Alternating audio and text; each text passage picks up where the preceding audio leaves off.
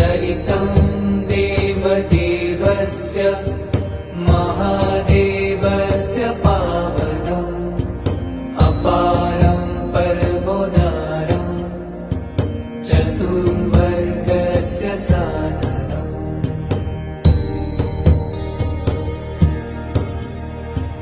गौरीविनायकोपेतं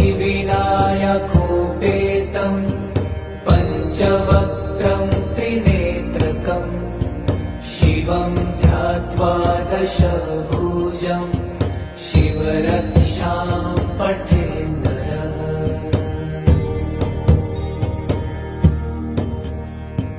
गङ्गाधर शिरः पातु